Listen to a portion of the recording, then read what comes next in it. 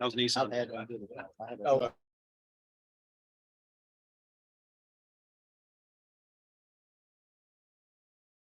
Still having problems with it. Yeah. Production. So, yeah, it was totally produced it. Nissan dealing with Winchester's lots, empty most of the time. I'm still not. What are you gonna do? You know more about the used car market, but. I know where I am. I'm familiar. I got you where it's like, you know, I remember a day when Nissan was like the best vehicle around. I don't know what happened to them. I still think they are. I know, you do. Of course you do. All right, good morning, everyone. Happy New Year to everyone. Good morning. Morning. Thank you for being here. Appreciate seeing you all. And again, Happy New Year to each of you. And we're going to go ahead and get started. First of all, I'd like to welcome all visitors to the meeting and give you a little idea of what you can expect this morning in terms of how business is conducted. My name is William Childress, and I'm the Executive Director of the Motor Vehicle Dealer Board. And I guess one of the things that I'm charged with is making sure these meetings go off smoothly and successfully every other month. In case you didn't know, we have 4 statutory committees that are required to meet each time we meet, and they are the Dealer Practice Committee, the Licensing Committee, Advertising, and Transaction Recovery. If you are here for a case, your case probably falls into one of those 4 categories. Today's agenda is primarily the Dealer Practice and Licensing Committee as far as work to be done. When your case is called, a brief summary of your case will be read by me to the body. You keep in mind that your case has already been heard by a hearing officer before, and the hearing officer has made a recommendation that comes to the board for the board to consider in their review of your situation. When your case is called, I'll read a brief summary, and at that time, you will be allowed by the chair of the committee to come up and say a few words. This is not a retrial of your case, but this is just a review of your case. And they will ask questions. They will give you a chance to make some statements, and we'll have a chance to have a small exchange. Okay, the committee at that point will vote on some action. The committee has the authority to accept the hearing officer's recommendation. They can completely change the recommendation. The bottom line is that the committee itself has the ability to alter or change or completely disregard the hearing officer's recommendation, depending on what they see, what they hear, as they understand things. So that's the committee meeting. Once all the committees meet and the committee work is done, which is pretty quickly for the most part, we'll take a small break, and I'll put together some resolutions based on the committee's recommendations. And when we come back from the break, the full board meeting will take place. And during the full board meeting, your case will again be called. And this time, instead of just a committee, it'd be the entire board that's present that be participating. And even though board members are sitting here and not part of a committee, they still get a chance to hear what the committee's considering and hear things that have been said. So they do have the advantage of hearing things and taking it in and moving forward. And while I'm there, please silence your cell phones. Silence them or put them on vibrate. Appreciate it. Thank you. And then once the board makes its final determination, the board also give you a chance to present your situation. And once the board makes its final determination, that is the decision that I would mail to you. We will mail it to you within 2 days of the board's decision. That's the final decision. So I implore you to stay through the committee work and also to do the same thing for the board, because the committee recommendation, the board can change. So you have 2 chances this morning, today rather, to present your situation and get your information out there and see what the board or committee decides to do with it. So a lot of times people come in here, they'll speak at the committee meeting, they'll leave, and the board will have a completely different outcome or some different sets of questions that they can't ask because the participant has left the room. So the same thing holds true for the board. The board will review the same committee meetings, the Dealer Practice, Licensing, Advertising, and Transaction Recovery. Again, I will send you a letter with the final decision of the board. You will hear it here, but I will also put it in letter format. You will receive it. And once you receive the letter, please read the letter. The letter has all the instructions for you to take in order to proceed to the next step or to appeal, if you are eligible to appeal, And if so, it would tell you what type of situation you can appeal to. Does anybody have any questions about the process this morning? Okay, I thank you, appreciate it. And with that said, Mr. Cody, you can go ahead and start your committee. Thank you, William. I will now call the Dealer Practices Committee meeting to order. Alice, if you'd be please so kind as to read the roll. Ron Cody, Here, Andrew Wiley, Here. Dan Bannister. Here. Michael Bohr, Gardner Britt, Rob Fisher, David Lim, Here. Chris Mayer, Here. Jeff Lloyd, Here. R.J. Robinson. Here. Nick Rock. Here. we have a quorum. Thank you very much. As William said, public comment will be taken for each item on the agenda and limited only to those items on the agenda. Committee members, a summary from the last meeting is in your book. If there are no objections, I will assume that summary is approved. Okay. There are updates in your book as well. And also, as I move forward on the agenda, there is no old business from the last meeting. Is there any old business from the floor? Hearing none, I will move to new business. New business is tab 1, Acceleration Auto Sales, and Joe Abed. Acceleration Auto Sales and Joe Abed. On December 1st, 2022, an informal fact-finding conference was conducted to address the alleged violations of Virginia Code sections 46.2-1533 and 46.2-1575, number 2. Based on the information provided at the conference, the hearing officer recommended assessing a civil penalty of $750 and a satisfactory inspection to be conducted within 30 days. Is there anyone here to speak to Acceleration Auto Sales? Yeah. Okay, sir, if you would please take the podium and state your name when you arrive at the podium. Joe Abbott, Acceleration Auto Sales. Okay. And did you want to make any comments to the committee? No, just to say that I run the dealership on my own. And that specific day I had left because I got a call from the school that my daughter was next to somebody that had COVID. So we had to pick her up right away. My wife works for Capital One, so she couldn't go pick her up. So I had to go get her. So between that time, the inspector came and left. And the only thing I do, I forgot to put a note on the door to say I was leaving because I thought I was gonna come right back. By the time I waited, got my daughter, dropped her off and came back, it was too late. And I run the dealership myself, been there since 2012 or 13. I mean, never had any kind of bad reviews, good customers, always up to date on everything. And just happened not to be there that specific day just because of I have 3 girls, so there's always something comes up. Okay, but that was the second occurrence, was it not? Yeah, the first one was picking a car from the auction. That was a she had gave me a warning. She stopped by. I was picking a car from the auction. Like I said, I do everything on my own, so I can't afford anything, especially during COVID. I can't hire anybody. Business is slow, so I try to do what I can do, while I'm there. But majority of the time I am there because I need the business. Mhm. Okay. Any other comments? Just one reminder, remember, I think the law requires you to be open 20 hours a week, Right. of 10 of which must be between 9 to 5.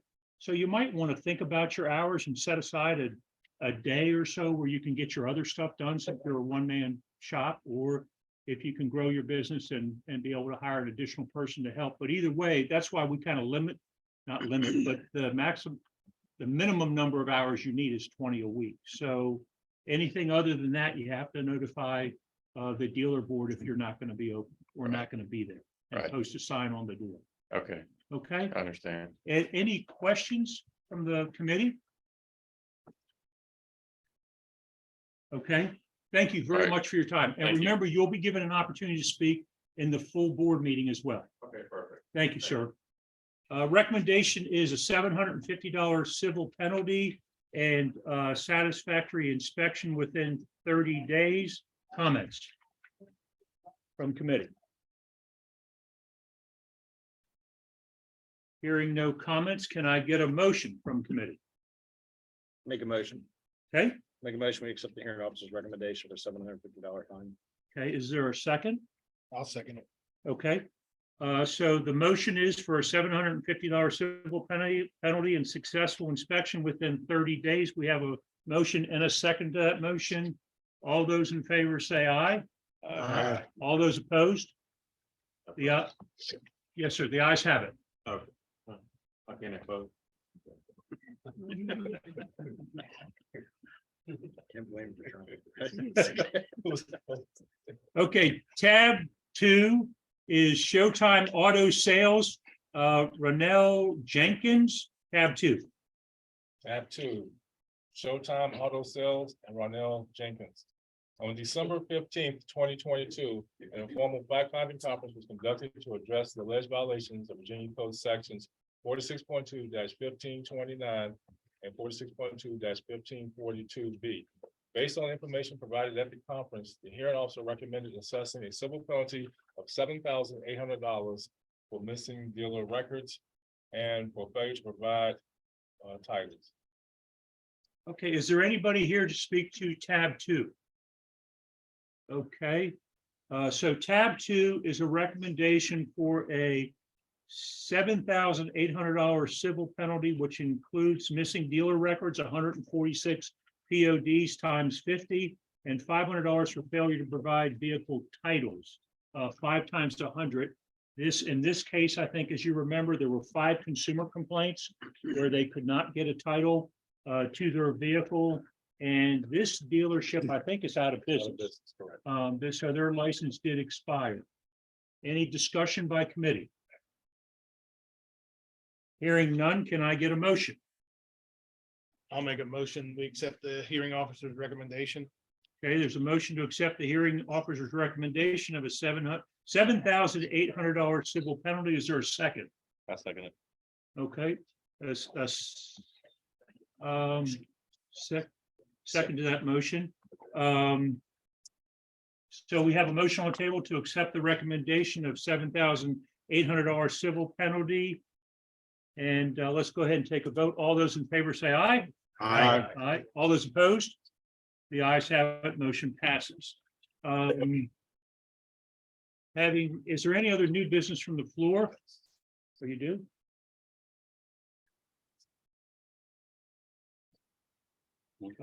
You have something, use of dealership space? Okay. Okay, no, I've got it. All right, again, good morning to everybody. I'm gonna talk about the, I guess, use of dealership space, and this is something that may not be an issue, and it may be an issue, but we're gonna talk about it just to make sure there won't any surprises for you guys down the road.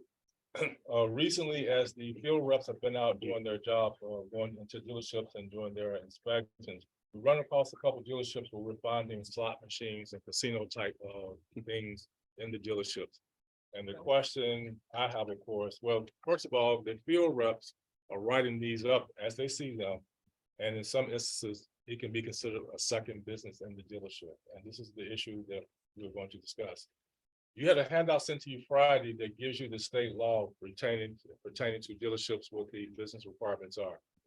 It was, I think, 46.2-1510 was part of your email that Alice sent Friday afternoon.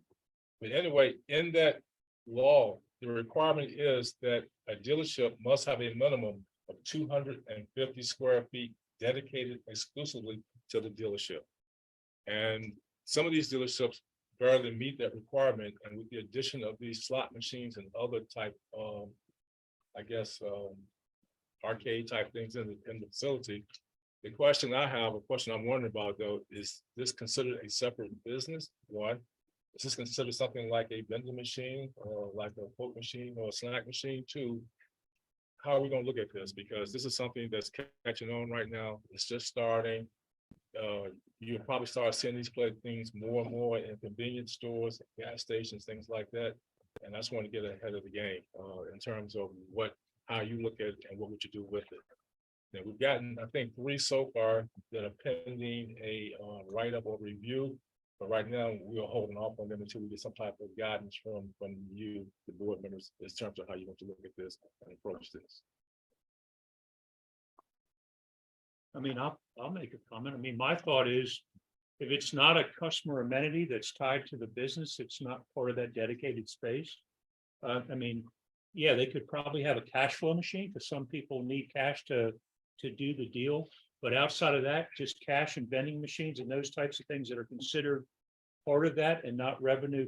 Well, I shouldn't say revenue producing because some people have their own vending machines that could be revenue producing. So, but I would say if it's not an amenity tied to the business of selling the vehicle, I don't think it's part of the dedicated space. I would think that if you had a vending machine that served snacks and sodas, that would be one thing. And let's take into consideration, you're talking about a 250 square foot minimum dealership. Where many of these may not be, or the three that you're dealing with right now, that 250 square feet, or is it more than that? Because if it's more than that, I don't think that we can regulate it. If it's less than that, I think we look at it. Well, I guess that's part of the discussion because a couple of years ago, when we had a situation with space dealing with a franchise dealer, everything, who also was selling insurance. The thing was, which is fine. Yeah. We had that discussion. The decision was, as long as they had 250 square feet to the dealership, then that was fine. That was fine. This right here is a little bit different because this is machinery that's taking up some of the space. Of the 250 square Right. feet. Yes. Okay. Yes, and I don't know for sure. I mean, James Smith is here, who's one of my field reps who's been out and actually seen this. But it's going to vary from place to place. I went to a gas station Saturday, just out of the blue, and I walked in there and they had the whole front window, which is about maybe 30 feet in length of vending machine. I mean, these casino type slot machines. I've seen it Yeah, before. and it's like, okay, this is huge. So I don't know. I guess it's going to vary from dealership to dealership. So the question we have, of course, is how do we look at it now? So if it's more than, if they have a huge space, they have 1,000 square feet and have 4 or 5 machines, what I'm hearing you say, then that would be fine. I would agree. So Yeah. we're just saying then basically, if it takes up any of the 250 square feet minimum, then we got a problem. Some of these dealers, William, and I want to make sure we're clear about this, some of them collect memorabilia. Yeah. You know, you can walk in and find a 1950s Coke machine, Yeah. and you can find a 1920s slot machine that may or may not still accept coins. You know, so I want to make sure we don't get involved in that. It's Right. different than you walking in and you got 15 machines in the front there. And we're seeing a gambling joint inside of a 250 square foot dealership. That's something I think would be a problem. Would they have to have a license for that? Mr. I Chairman, imagine they do, right? if I could add some context, would that be okay? Yeah. Yeah, so they're not called, they're not called slot machines, they're called games of skill. Okay. So you've probably been reading about this in the paper. There's a court case that has been delayed until after the General Assembly session. So last year's General Assembly outlawed these so-called games of skill. A judge, Hermie Sadler, took them to court. Judge ruled that the General Assembly went too far, and that what they did was unconstitutional. They've now delayed that case up until I think May. One of the attorneys is State Senator Bill Stanley, so he's gotten the court case delayed until after the General Assembly session this year. So it is what they used to be called gray machines because nobody knew how to classify them. So technically, if you have enough skill, you could win every time, like a claw machine or what are the skeet ball. Those are all called games of skill. So you can win stuff. So with these, instead of a teddy bear or a cheap watch, you actually win money. So technically, they're all considered the same. And they do look very much like slot machines. But there is a court case now. So they're not regulated. The General Assembly tried to do that and judicial branch said that they went too far. So right now there is no regulation on that. The Virginia ABC, you'll see them in ABC places that ABC licenses, whether it be restaurants or convenience stores. They're kind of turning a blind eye to them right now till this judge in this case is over. Well, I didn't think about the little claw machines that. Yeah. Thing, I mean, that's, Well, so I used to be in the General Assembly and we were dealing with it. Yeah. And sure. I thought, well, there's a slot machine that's clearly illegal. And then you start getting into the technicalities of it. There's a lot of stuff that you consider games of skill. And skeet ball was the one that, I guess if you're good at it, you could get 100 points every time. But So that's the whole idea of it.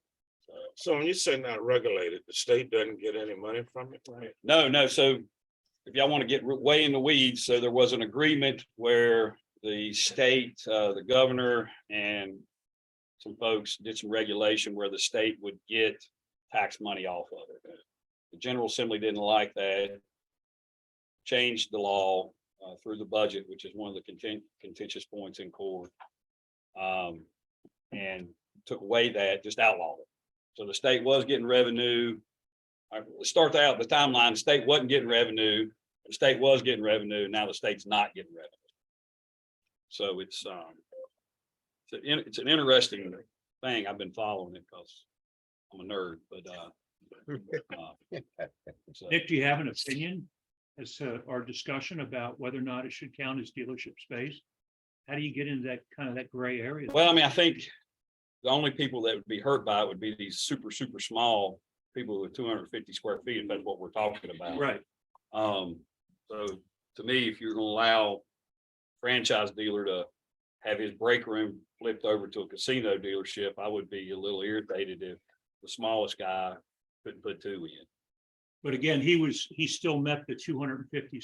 Yeah, Square so I may fall in lines with that, with Chris, just until the General Assembly figures it out. And, or the court does.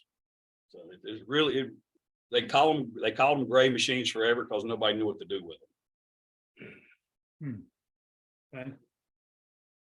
Other discussion? I mean, we're talking about 250 square feet, a 10 by 25 room is really what we're talking about as a minimum place to do business, and whether or not these machines would deduct from that square footage. I mean, it looked to me, it's kind of like, what was the famous Supreme Court justice said? I can't define pornography, but I know it when I see it. So if I go into a 250 square foot building and they've got 7 of these machines and, nobody working to sell cars, that's probably problematic. You got somebody sitting there and there's 1 or 2, maybe it's not taken away from the primary business, but I don't know how you define that. Well, plus what if they have it in a separate room as part of the 250 square feet, but it's not publicly seen? They have a little. I think our original position, I think our position's always been, I don't know about seen or not seen, Yeah. 250 square dedicated space to the automobile business. And that's what we've always kind of said.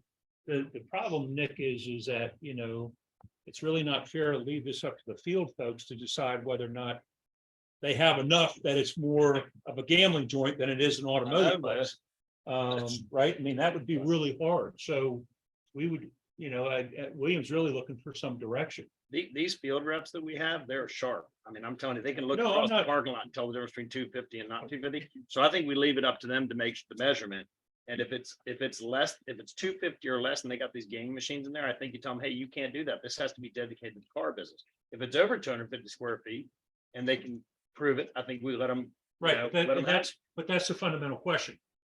If it's 260 and I have 4 machines, do you deduct that space from 260 to put them below 250? Yes, you do. Well, Mr. Chair, That's we may want to punt until March because we may have some more guidance. Because this is a short session for the General Assembly, saying they start Wednesday. They're debating whether to go 30 or 45 days. We may have more guidance at that time. Unless there's some sort of proliferation of them all over, which can happen. Once they hit one convenience store, everybody had them. But we may want to, that would be a board's call, and I defer. we can clearly table it and, vote to table What do y'all for now. And maybe just tell the field rep, we haven't made a decision, but you might want to plant the seed in people's minds that this could potentially be deducted from your square footage.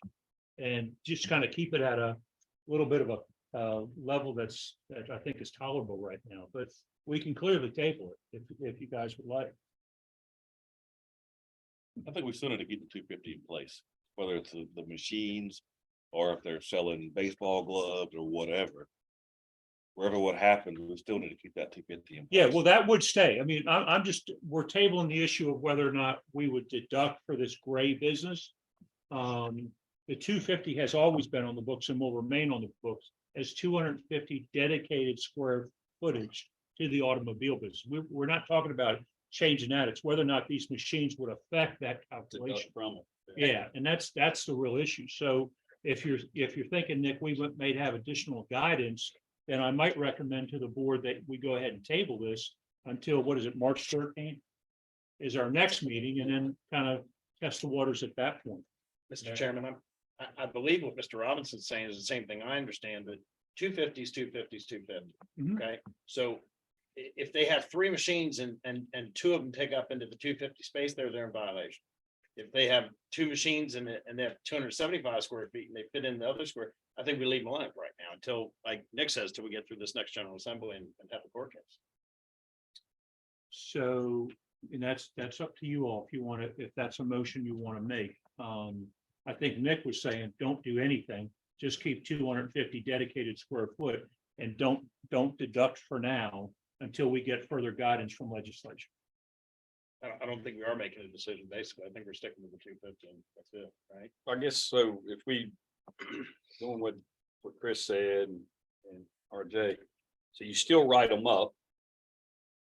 And then you bring it to the board, and how long does that take? That's It'd be almost a month, 2 month process. yeah, so we probably would even make the next board meeting. And then we could dismiss those cases. For the May meeting. That's probably, I guess I'm looking at a timeline, that would probably be the next, when they would actually get to us would be May. If you get, because if the general assembly makes a decision, it's in law, that I will have to look at it. That's a board call. My recommendation would be wait, table until March, we have a little And let information. me add a little context. Either way is fine. On the other side, there are many dealerships out there that have multiple businesses in that facility. But those dealerships, for the most part, have the 250 square feet dedicated to the car business.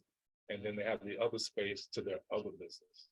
And in some cases, we require them to have a separate entrance to the other business, but they've met those requirements. But in this situation right here, because of the machinery, this, like I said, it's a vending machine, or is it considered game or skill? This is a little bit different because there has to be right there where people can watch it and be part of the space. Most businesses take place. Yeah.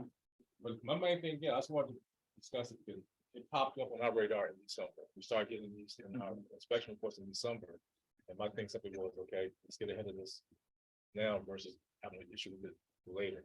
I wasn't aware of the fact that someone's dealing with it. But And we don't deduct now for vending machines. no, we don't. Yeah, so that's where that gray area is. Yeah, I mean, it really is They great. do, Just don't know. yeah. Yeah. But vending machines are something directly for the customer.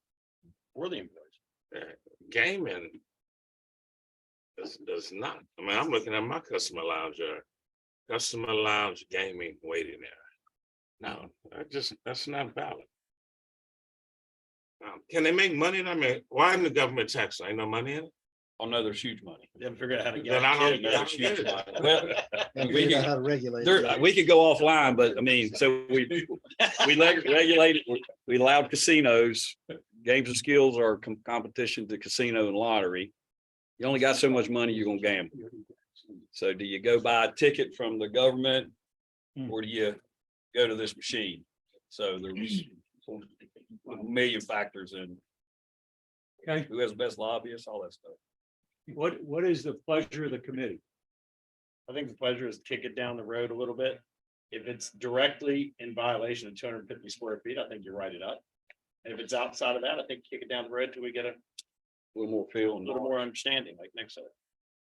Do you actually need any kind of motion, or are you just looking for the general? I mean, I think we should have a motion, make a decision and give, to basically give the field for some discuss, direction. So I think by tabling it, we force it to come up again in the next meeting and see if there's any other information that would allow us to act any differently.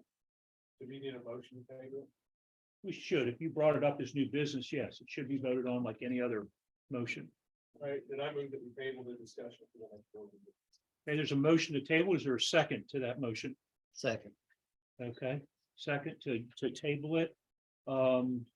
Committee, if you'd go ahead and vote, all those in favor of tabling this motion till the next meeting, say aye. Aye. All those opposed?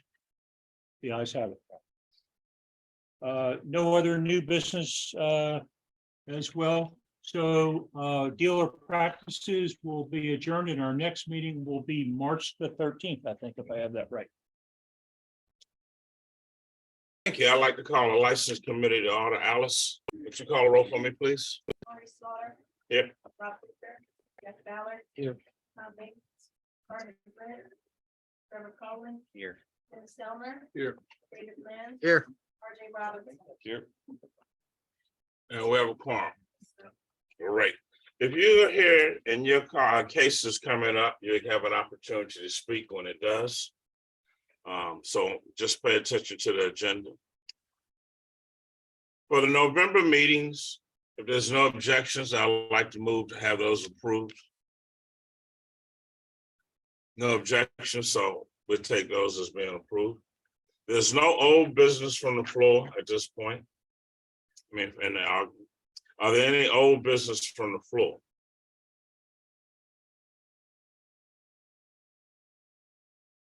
All right, at this point, we'll do new business. All right, Abdul Napa Hill and Blue Ridge Auto Sales. Historical overview leading up to the formal hearing. On July 19th, 2022, an informal fact-finding conference was conducted to address the alleged violations of Virginia Code Sections 46.2-1575, number 9, and 46.2-1575, number 13.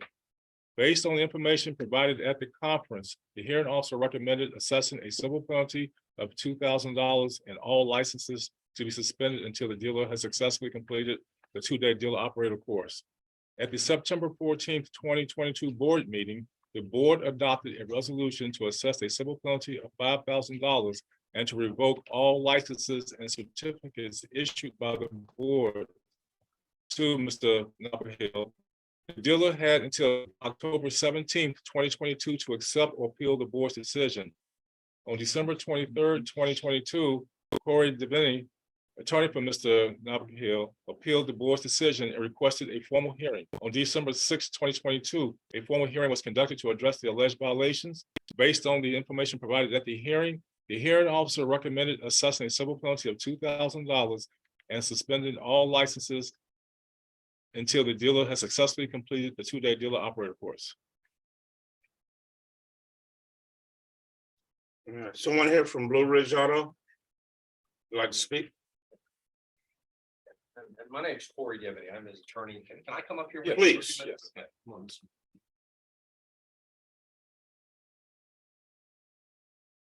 Thank you for allowing us to be here. I know y'all primarily want to hear from Mr. Nahib Keel. I just would like to ask him a couple questions and then sort of give him the floor. First of all, Mr. Nahib Keel, the basis for the revocation of the license is founded in fact. Is that right? In other words, you did in fact sell a vehicle, and in doing so violated a federal law, right? And that was that you didn't report a cash transaction in excess of $10,000, right? And you didn't know it at the time, but the person who you sold the vehicle to was actually an undercover IRS agent, right? Okay. And that resulted in a felony conviction, which is separately a basis for a revocation of your license, right? Okay.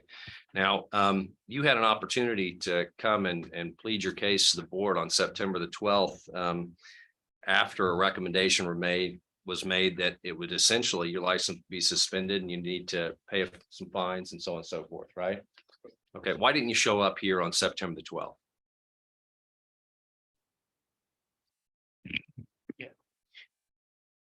First of all, I want to say good morning to everyone. And the fact that I missed that last meeting, I'm very shameful for it. I was on a house arrest. I was not allowed to leave my premises. I was only allowed to go to work and home only.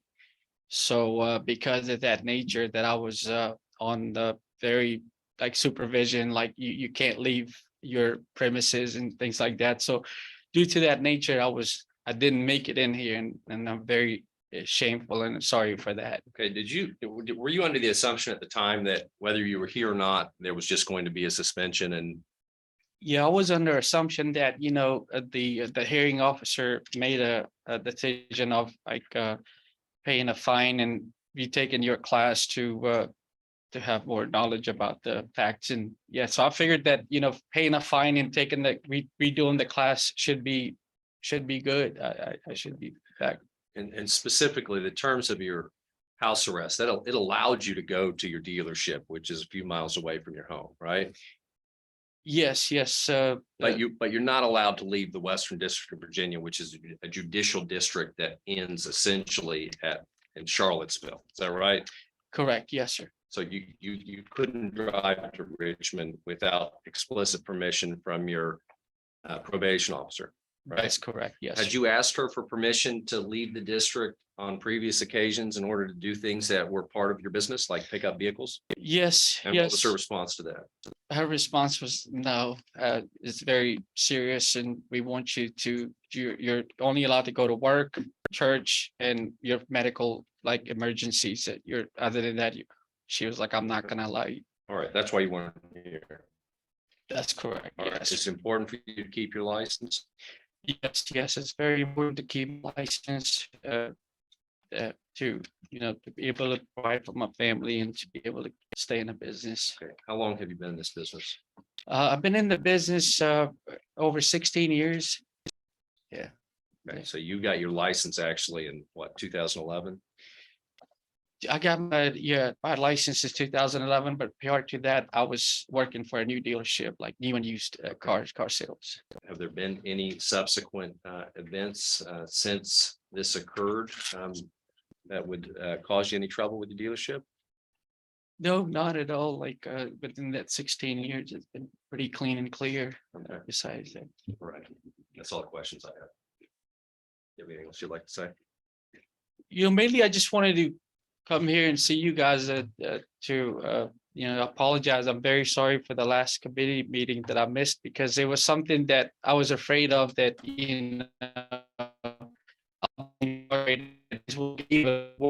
it is. So respecting the law and respecting the facts that I was in that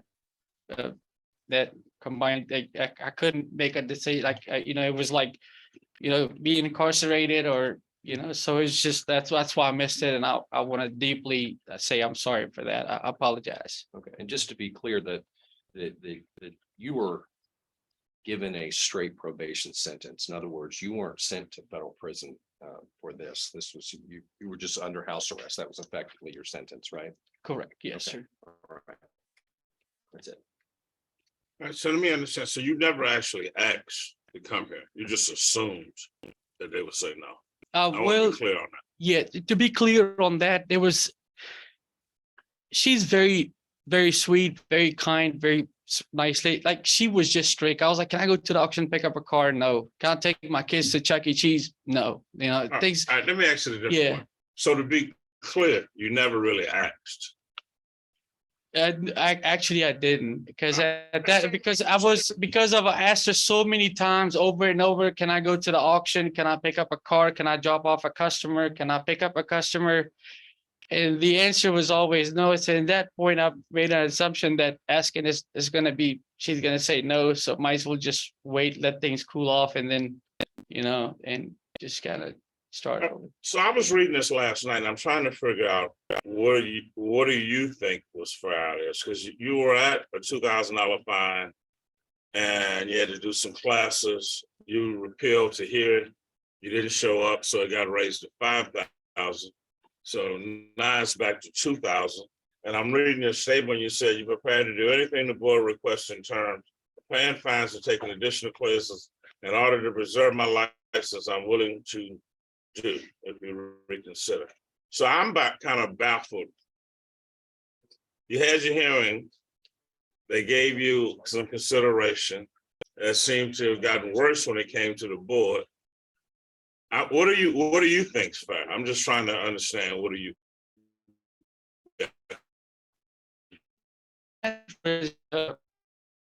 Is to keep have my license, because I've been in the business for 16 years, and the car business, it's in my blood, for me to be put out of business.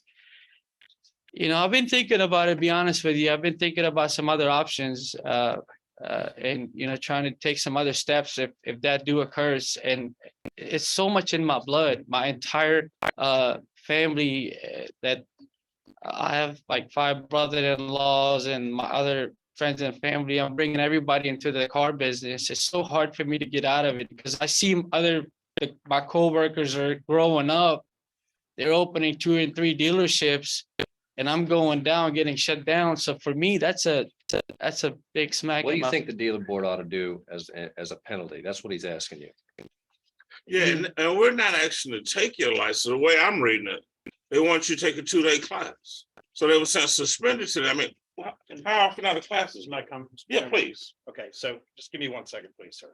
So I believe that he thought the original charge $2,000 worth of fines and dealer operator class with a reinspection. I think he was okay with that. And he saw the friction from his probation officer. So he said, you know what, if that's all they're gonna do, I'm gonna let it go, and I'm not gonna risk the probation officer problem, okay? So he didn't show up last time. If you guys remember last time, I thought that we should follow the hearing officer's recommendation, and some of you said, no, I think we gotta take his license.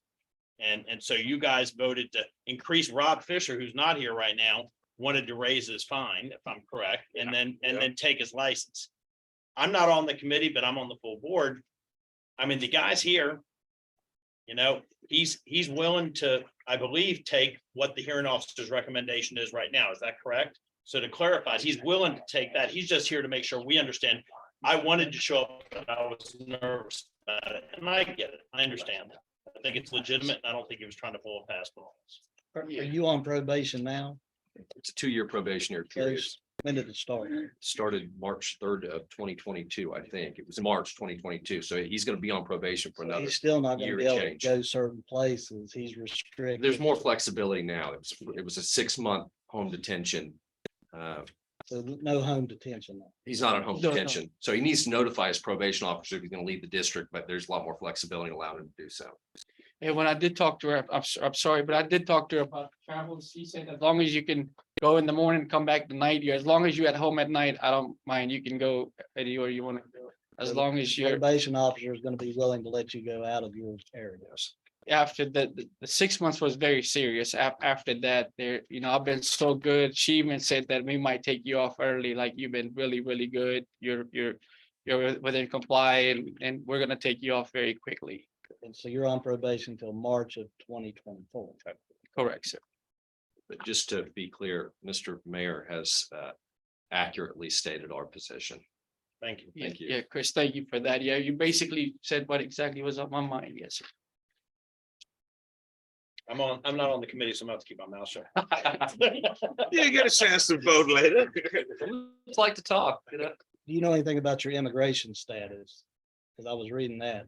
Yeah, immigration status, I've been here over 20 years, like all of my family, my mom and dad, my 5 sisters and my younger brother, they're all citizens. My 3 sons are US citizens. My wife is Canadian citizen and also a US citizen. Me, just, and yeah. When does that come up? When do they decide your status? It will be decided right after the probation is over, because I have my green card, it was renewed, they give you every 10 years, it was 10 years, they renewed it to another 10 years. The immigration, they want to see you be a good citizen. They don't, they see you committing crime, they don't like that. And if I may just sort of elaborate and illuminate there, Mr. Nahikil is originally from Afghanistan. A felony of any kind can effectively either result in deportation or prevent someone from gaining U.S. citizenship, or delay significantly that process. It would be extraordinary, given our current sort of geopolitical climate, for United States to deport someone to Afghanistan. That is probably not happening at all. But I think the long and the short of it is it's going to operate as a obstacle to him getting U.S. citizenship as early as he otherwise would have been able to. Right. With no other comments, do we have a motion on the floor? I'll make a motion that we accept the hearing officers fine and the $2,000 fine and complete the course and move on. A motion made. Do we have a second? I second. Got a second? Can I have a vote for the ayes? No, we vote. All in favor? All in favor, vote aye. Aye. All opposed, nay. Motion passed. Now, we will also have a conversation at the full board meeting, and you're welcome to stay for that.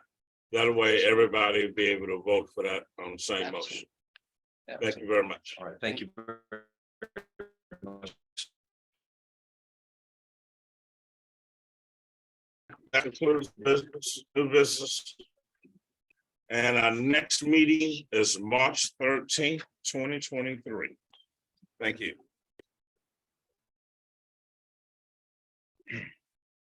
All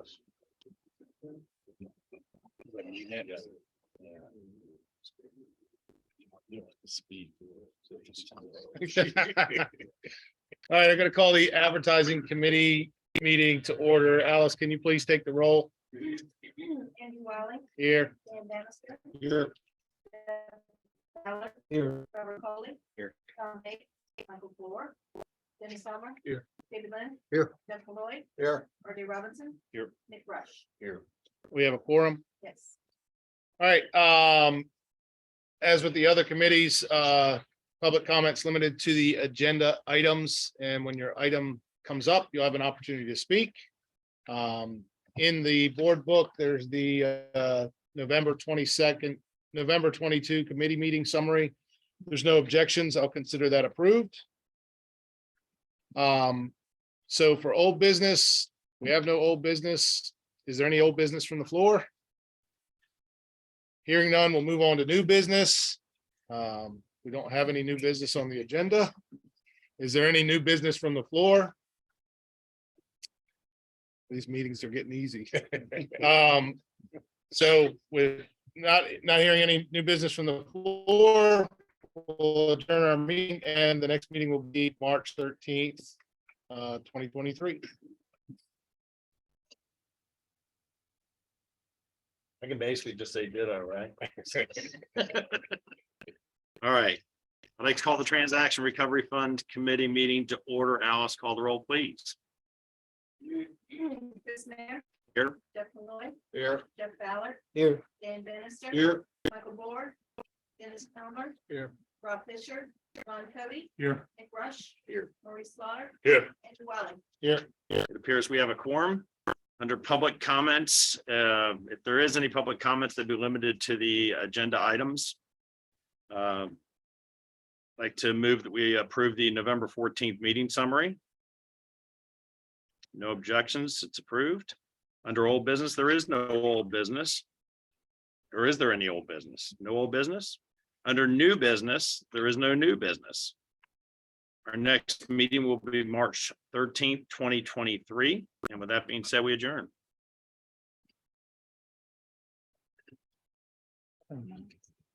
Okay, we are going to pause for 10 minutes and then we will start the full board meeting. So at 10 o'clock, I'll start.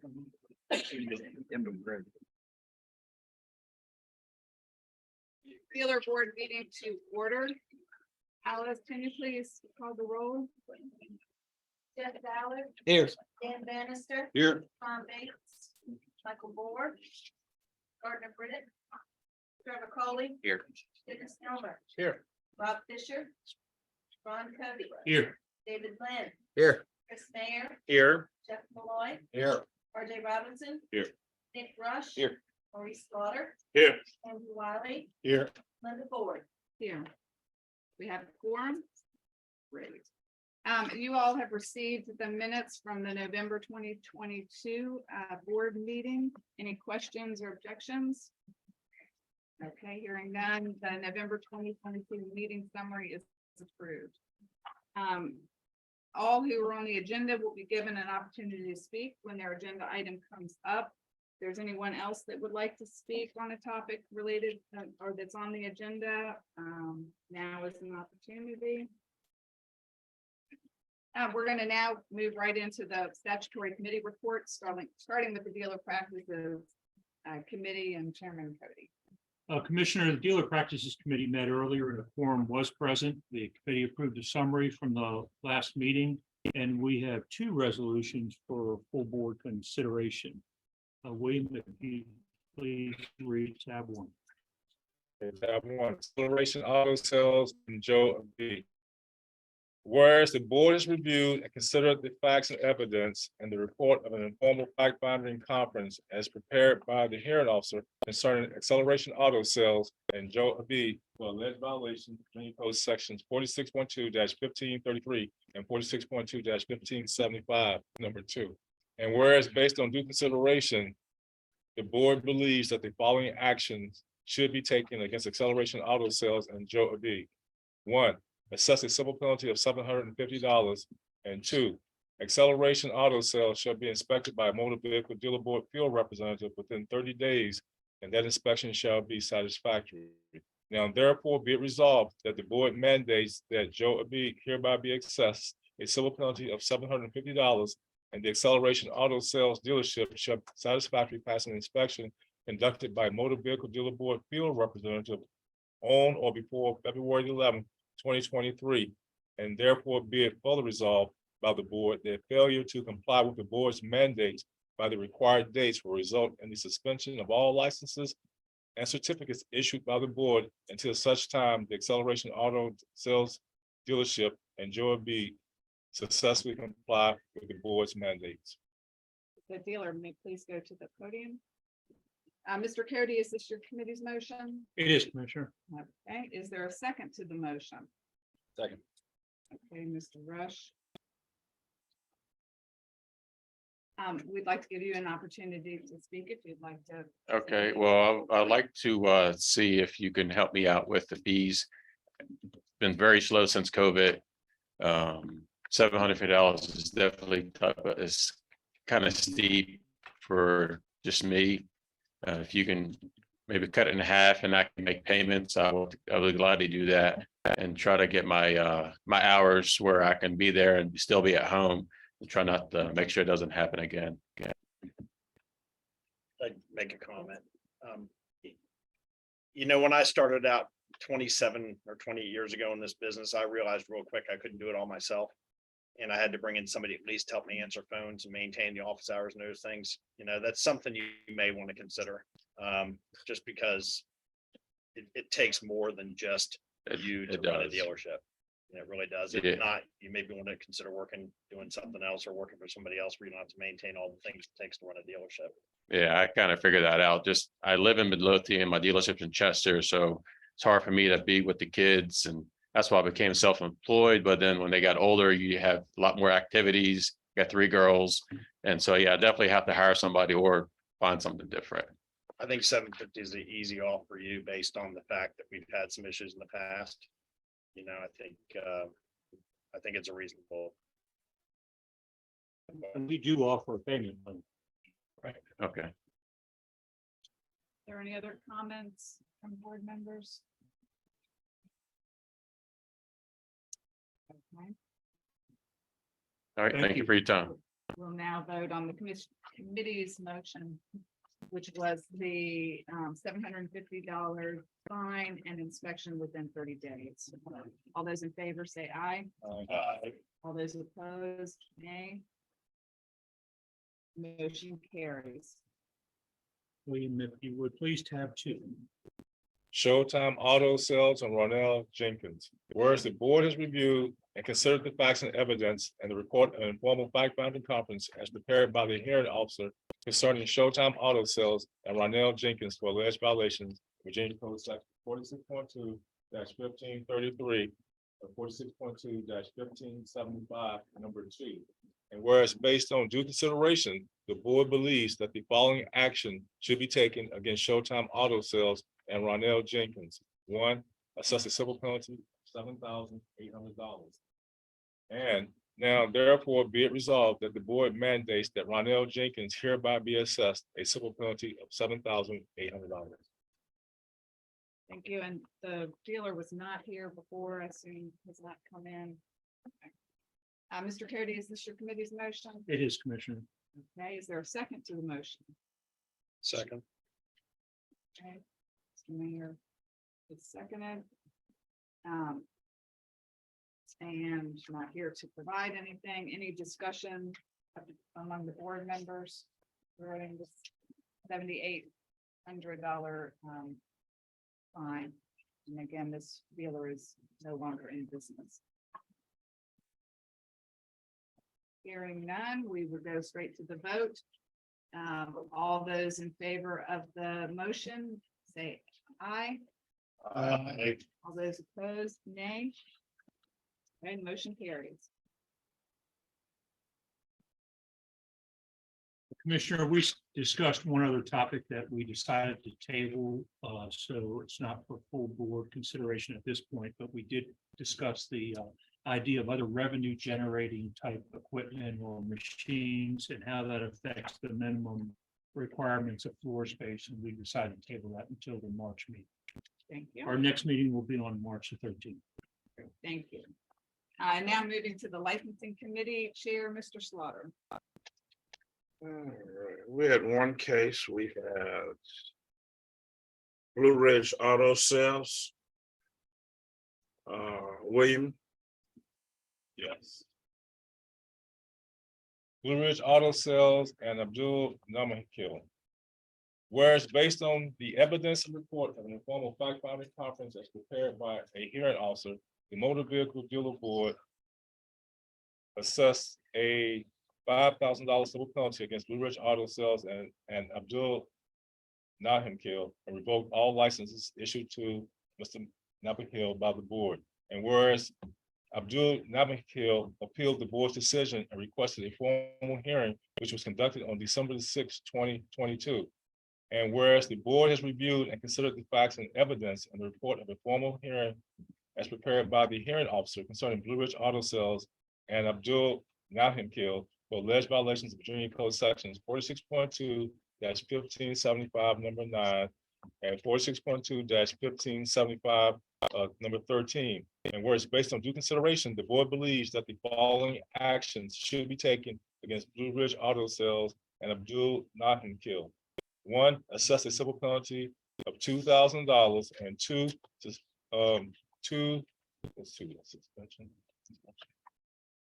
successful completion of the 2-day deal operating course.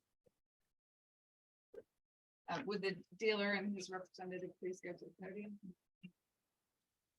And Mr. Slaughter, is this your committee's motion?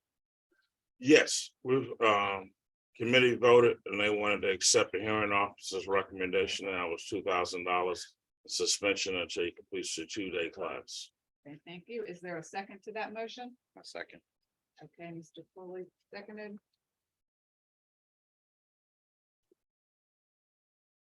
I'd like to give an opportunity for you all to say any additional comments you'd like to make. I don't have any additional comments. Do you have any? I do not. Okay. Is there any discussion among the board members? Any comments, questions? Nope. Okay, we will move straight to the vote. Thank you. Okay, thank you. Yes, thank you. Again, it's $2,000 fine and the dealer class.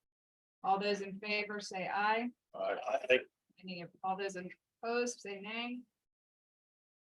Motion carries. Madam Chair, may I make a comment? Yes. Mr. Nahimkil, while you're sitting there, you might want to talk to Mr. Melendez in the back there. He oversees the 2-day operator class, the operator class. Yes, your license will be suspended until you complete that class. So the sooner you do the class, we can suspend you. Okay, so There's a class in Danville tomorrow. That's convenient.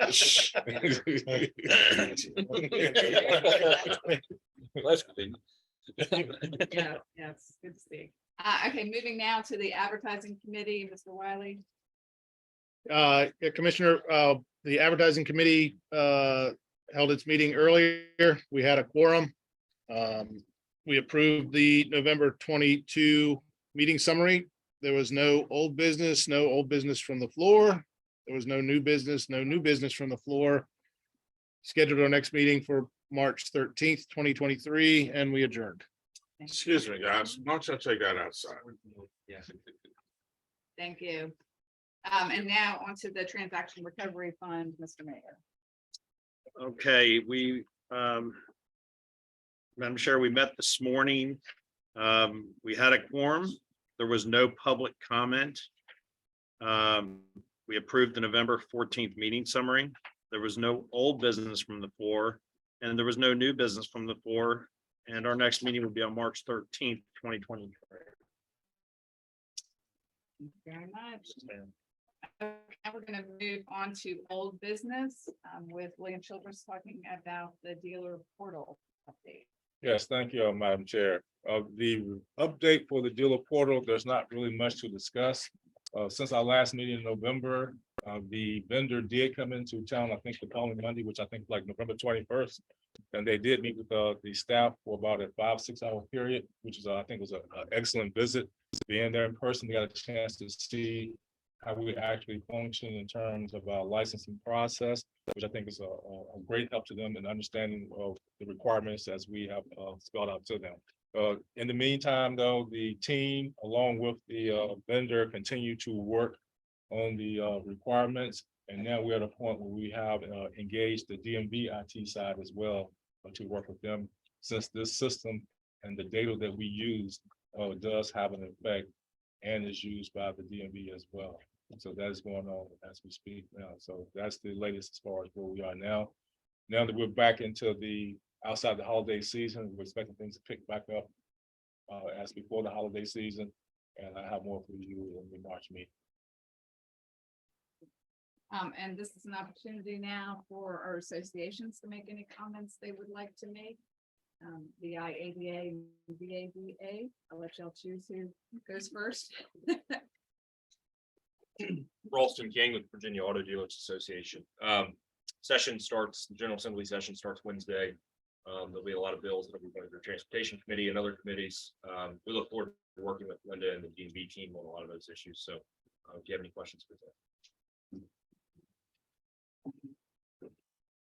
Alvin Melendez, Virginia Independent Auto Dealers Association, Executive Director.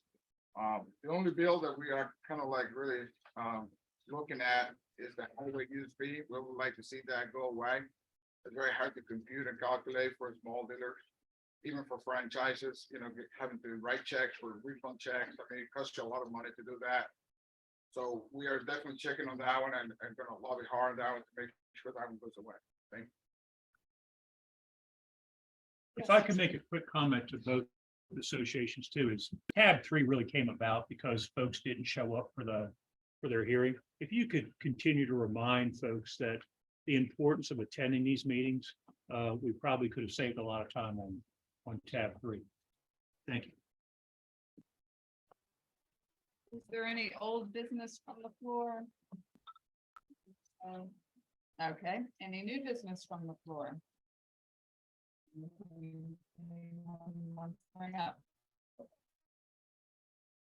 Okay, we are scheduling the March 3rd, or the next motor vehicle dealer board meeting for March 13th, 2023 in this room. It's with the others. I'd like to move on to the executive director's report. Thank you, Madam Chair. I don't have much report as far as my report is concerned, but I do want to bring to your attention under tab 4 of your book, there is a case that I just looked at last week. I was like, dang, can't get away with it. But anyway, one of the requirements is that when the hearing officer has a decision or renders a decision, I review all of them first before I assign them to a committee. In this situation right here, this case right here, I reviewed it and deemed that this is something that the board did not need to see, that I could make a decision on it because I agree with the hearing officer's decision. This is something that we've been working with the associations with, mostly the independent association with, because this is an issue that's dealing with, I guess, vehicles that are not highway worthy. And as such, the law requires dealerships to have a state inspection performed on all cars before retail sales.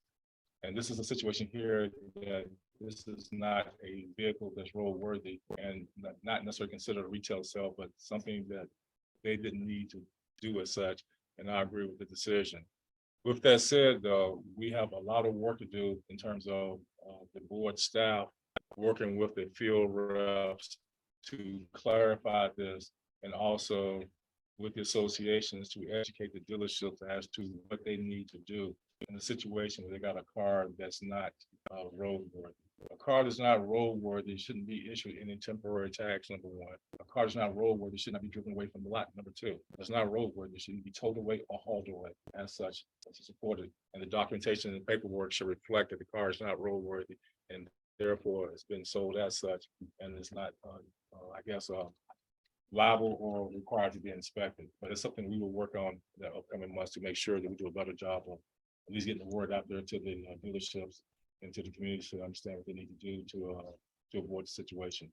But the process worked. The hearing officer, the field rep found something, brought it to the attention of Ms. Mike Nelson, who the dean that needed to go for a hearing officer.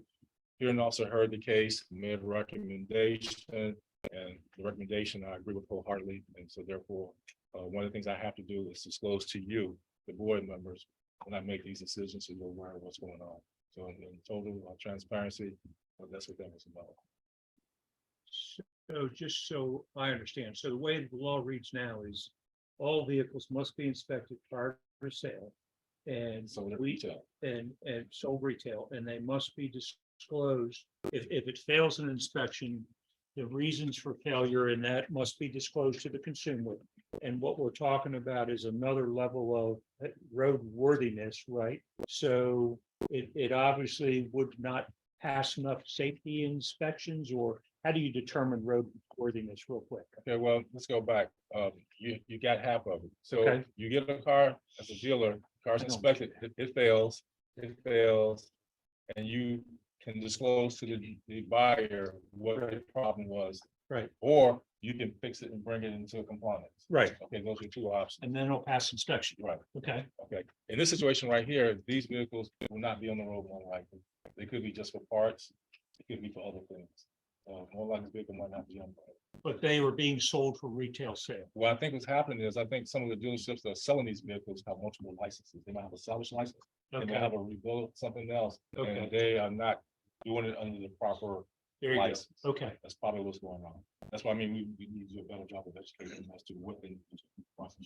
For clarification for the board members, just so you know how we teach it in the class, okay, because this is the students we have coming in the industry. If it's got a rod hanging out of the block, the transmission's broken, two pieces, the rear end's pointed out, you cannot drive it into the inspection. Okay, that vehicle is not for highway use. No temp tags are issued. Okay, they can sell that without inspecting it with disclosure. Okay, I said, if you can jumpstart that car and pull it out of there, or hang a starter or an alternator on it and drive it, then you've just committed a violation. Then the field reps are going to charge you. That's what I teach. So we're not encouraging them to do that. That's a get out of jail free card. Basically, you bought the car at the auction, brought it home, and the rod's hanging out of the side of the block, and they're going to sell it as a parts card to somebody and or a fixer up or do a mechanic or something. No temp tags are being issued on that car. Okay. Anything else? Okay, that concludes the business before the board. I hereby adjourn the meeting.